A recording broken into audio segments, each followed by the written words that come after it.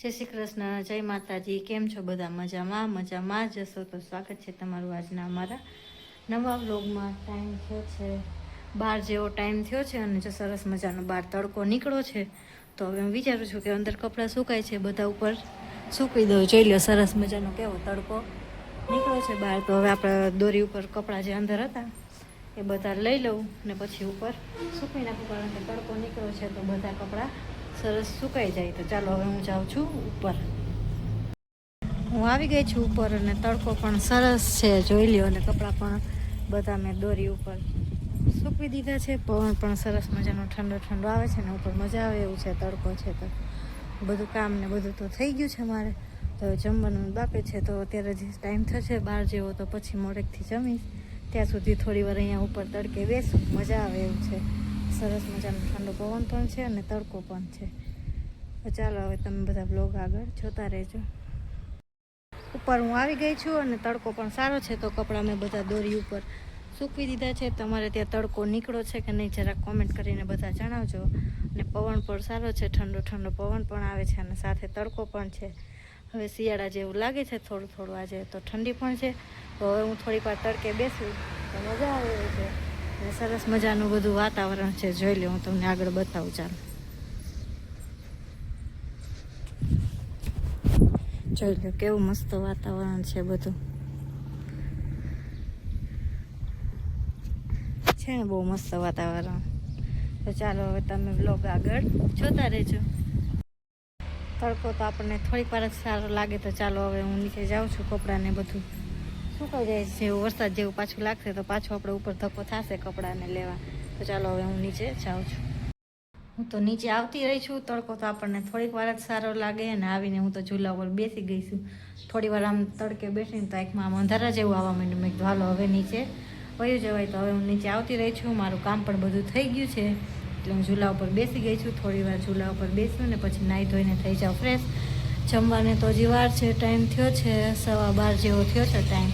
અત્યારમાં નહીં, મોડેકથી જમીશ. તો પહેલાં હું નાહી ધોઈને ફ્રેશ થઈ જાઉં ને પછી આપણે જમી લઈ. રસોઈ તો કાંઈ બનાવવાની હોય નહીં, સવારમાં જ ટિફિન થઈ ગયું હોય એટલે એ તો કાંઈ અત્યારે ઉપાધિ ન હોય. રાતની રસોઈની એક ઉપાધિ હોય, સવારમાં ટિફિન થઈ ગયું એટલે બપોરે કાંઈ રસોઈ બનાવવાની નહીં. તો ચાલો હવે હું નાહી ધોઈને ફ્રેશ થઈ જાઉં. થઈ ગઈ છું નાહી ધોઈને તૈયાર, અને હવે બસ જમવાનું છે. તો ચાલો હવે હું જમીને થોડી વાર સૂઈ જઈશ ને પછી હવે આગળનું બીજું હું તમને પછી બતાવીશ રાતની રસોઈને. તો ચાલો હવે અત્યારે નાહી ધોઈને તૈયાર થઈ ગઈ છું, તો હવે હું જમી લઉં. જમીને થોડી વાર રેસ્ટ કરી લઉં ને પછી આપણે ઉઠીને બીજું જે કામ હશે એ પતાવી દઈશું. કારણ કે આજે તો કાંઈ વરસાદ આવ્યો નથી એટલે કપડાં લેવાની કાંઈ ઉપાધિ નથી. હજી તો તડકો છે તો કપડાં પણ સરસ મજાના સુકાઈ જાય. હવે ઉઠીને પછી આપણે કપડાંને બધું હું લઈ લઈશ ને પછી વારી નાખીશ. તો ચાલો હવે તમે પછી આગળ બ્લોગ જોતા રહેજો. ગુડ ઇવનિંગ બધાને. આપણે સૂઈને પણ જો ઉઠી ગયા છીએ અને હું ચા ને એવું કાંઈ પીતી નથી એટલે મેં કાંઈ ચા બનાવ્યો નથી. આજે તો કાંઈ વરસાદ આવ્યો નથી, તડકો સારો હતો તો કપડાંને બધું સુકાઈ ગયું છે. તો એ મેં પણ વારીને બધું મૂકી દીધું છે. હવે રાતની રસોઈની તૈયારી કરવાની છે. તો હવે અત્યારે વાગી ગયા છે, કેટલા વાગ્યા છે? 6:15 જેવો ટાઈમ થયો છે. તો હવે રસોઈ કરવાની સ્ટાર્ટ કરી દઈએ આપણે, કારણ કે આપણે તો વહેલું જ જમવાનું હોય એટલે અત્યારે હવે રસોઈ બનાવવાની છે. સારું હવે વરસાદ ન આવે તો. આજે તો આવ્યો નથી વરસાદ, ખાલી વાતાવરણ અત્યારે સેજ જોડું છે. ન આવે તો સારો વરસાદ. તો ચાલો હવે હું રસોડામાં જાઉં અને ફ્રીજમાં જોઈ લઉં કે શું શું શાકભાજી છે.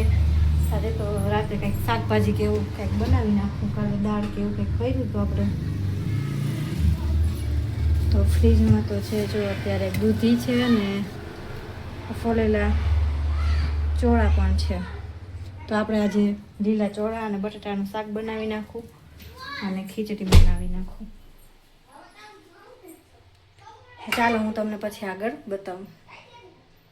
હવે આપણે રાતની રસોઈ બનાવવાની ચાલુ કરી દીધી છે. તો પહેલાં જો મેં લઈ લીધા છે અહીંયા ચોખા, કારણ કે પહેલાં ખીચડી ભેળવી જોશે. ખીચડી તો અમારે ભેળવેલી હોય નહીં, ક્યારેક ખીચડી બનતી હોય એટલે અમે કાંઈ ભેળવીને રાખતા નથી. જોઈએ એટલી બનાવી લઈએ, કારણ કે પછી રોજ ન બનતી હોય એટલે કાંઈ ભેળવીને રાખવાની જરૂર હોય નહીં. તો ચાલો જો મેં ચોખા કાઢી લીધા છે 2 મુઠ્ઠી જેટલા. થોડીક જ ખીચડી બનાવી, કારણ કે જયું તો ખીચડી કંઈ ખાય નહીં. હું મમ્મી 2 ખાય ખીચડી. તમારે 2 જેટલી ખાલી બનાવું ખીચડી. એને તો શાક રોટલી જ ભાવે.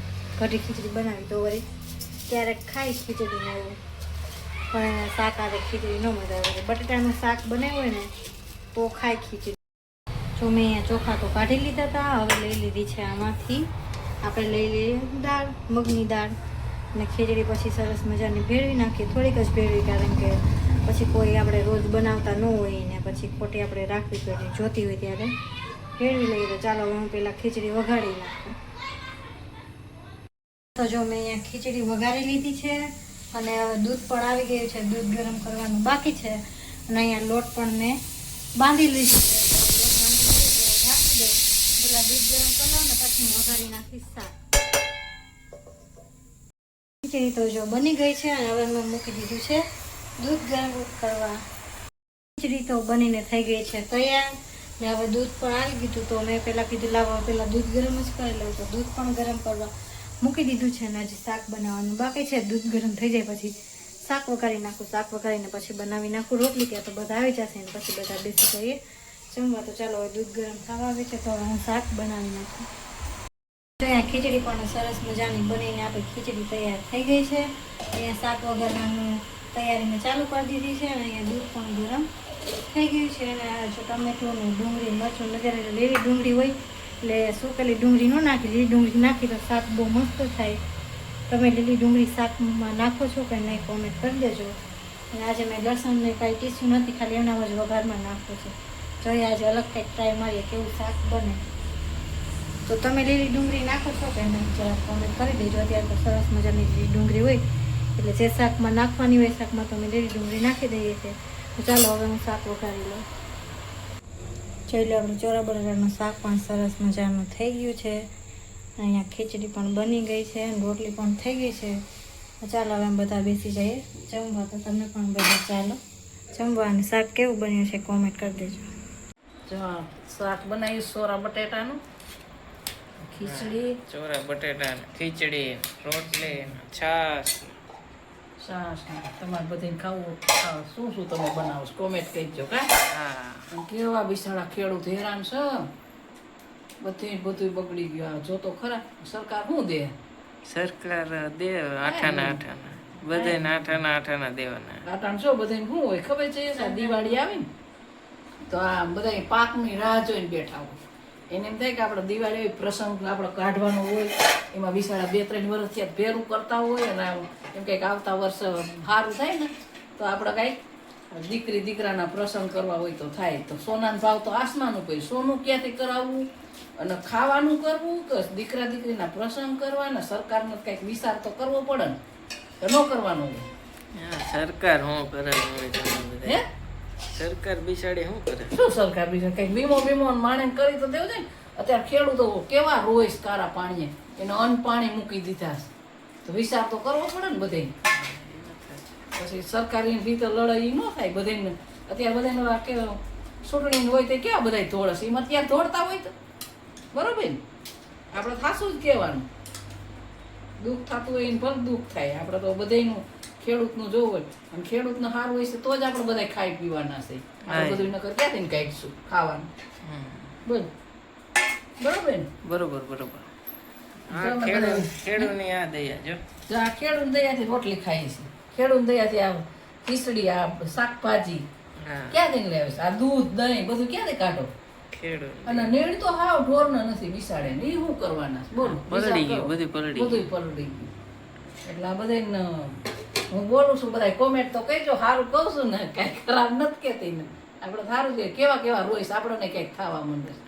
સાચું કહે છે એને બિસાડાને કેટલી મહેનત હોય. અને હાલો તમે બધા વારું પાણી કરવા.